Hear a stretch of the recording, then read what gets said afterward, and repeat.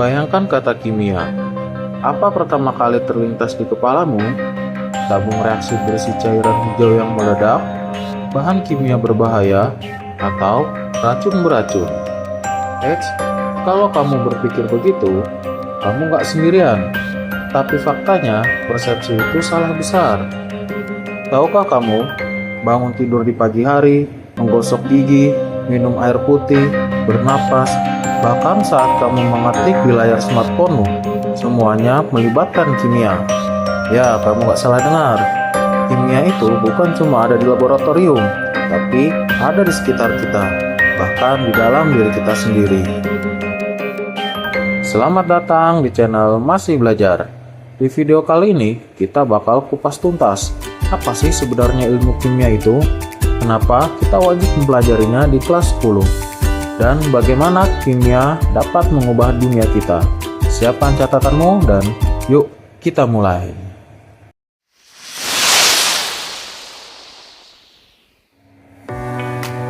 Secara sederhana, ilmu kimia adalah cabang ilmu alam yang mempelajari segala hal tentang materi. Nah, apa saja yang dipelajari dari materi ini? Jadi, ada 4 poin utama yang akan kita pelajari. Yang pertama, susunan materi.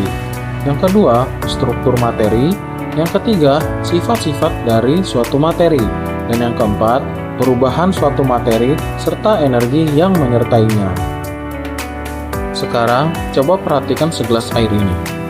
Air tersusun dari unsur-unsur hidrogen dan unsur oksigen, kemudian membentuk molekul H2O. Strukturnya, bagaimana atom-atom H dan atom O terikat dan membentuk sudut-sudut tertentu dalam ruang 3 dimensi untuk membentuk molekul H2O. Lalu sifatnya, air berwujud cair pada suhu ruang, bening, dan memiliki kemampuan melarutkan berbagai zat. Lalu, apa sih perubahan materi?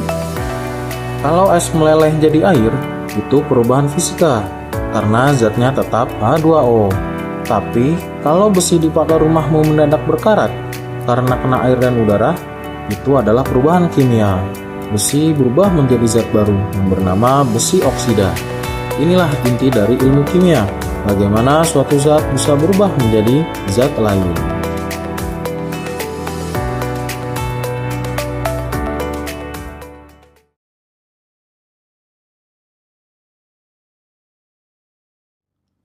Dari tadi, kita menyebut kata materi. Sebenarnya, materi itu apa sih? Materi adalah segala sesuatu yang mempunyai massa dan menempati ruang. Artinya, segala sesuatu yang dapat ditimbang dan diukur volumenya itu dapat kita sebut sebagai materi. Batu, air, udara yang kita hirup, bahkan tubuh kita sendiri adalah materi. Tapi, cahaya matahari, suara, atau perasaan kangen ke si dia, itu bukan materi ya, karena cahaya, suara, dan perasaan tidak dapat kita hitung massanya dan juga tidak dapat kita hitung volumenya. Semua materi di alam semesta ini disusun dari partikel-partikel super kecil yang disebut dengan atom. Bayangkan atom seperti Lego. Kumpulan Lego inilah yang menyusun segalanya, dari meja kayu, daun hijau, hingga bintang di angkasa. Di kelas 10 ini nanti, kita bakal menyelam lebih dalam buat melihat isi di dalam atom tersebut.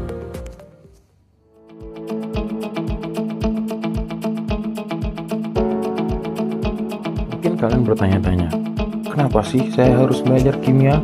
Padahal kan gak mau jadi ilmuwan. Jangan salah, ilmu kimia adalah central science, atau pusat dari ilmu pengetahuan lain. Sekarang, coba lihat di bidang kesehatan. Tanpa kimia, nggak bakal ada obat-obatan, antibiotik, atau vaksin yang menyelamatkan jutaan nyawa manusia, bahkan makhluk hidup lainnya. Kemudian, di bidang pertanian, pupuk dan pestisida dikembangkan dengan kimia untuk menjaga ketahanan pangan dunia. Kemudian juga di bidang energi dan teknologi, baterai smartphone, baterai mobil listrik, hingga material pembuat komputer. semuanya hasil inovasi dari ilmu kimia. Bahkan sabun cuci muka, produk skincare yang kamu pakai, pengawet makanan yang aman, hingga kemasan plastik ramah lingkungan. Semuanya adalah produk dari rekayasa ilmu kimia. Jadi, kimia itu bukan musuh ya, melainkan penopang kehidupan modern kita.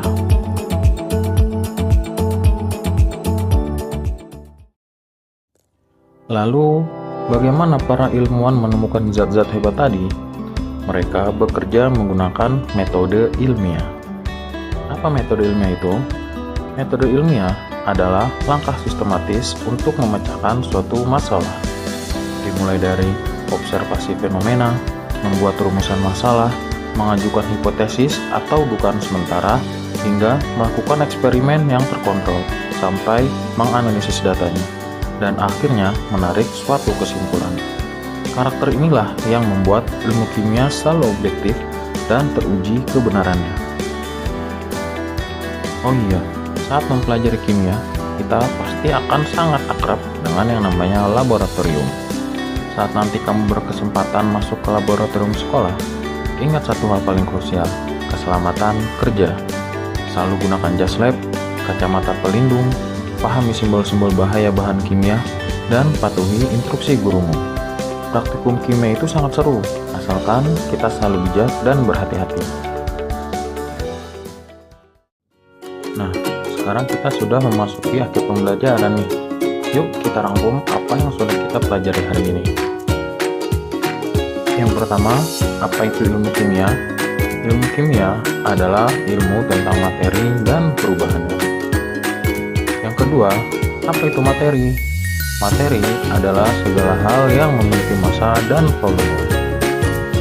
Yang ketiga, kimia bukan hal yang menakutkan, melainkan kunci dari sains modern di sekitar kita.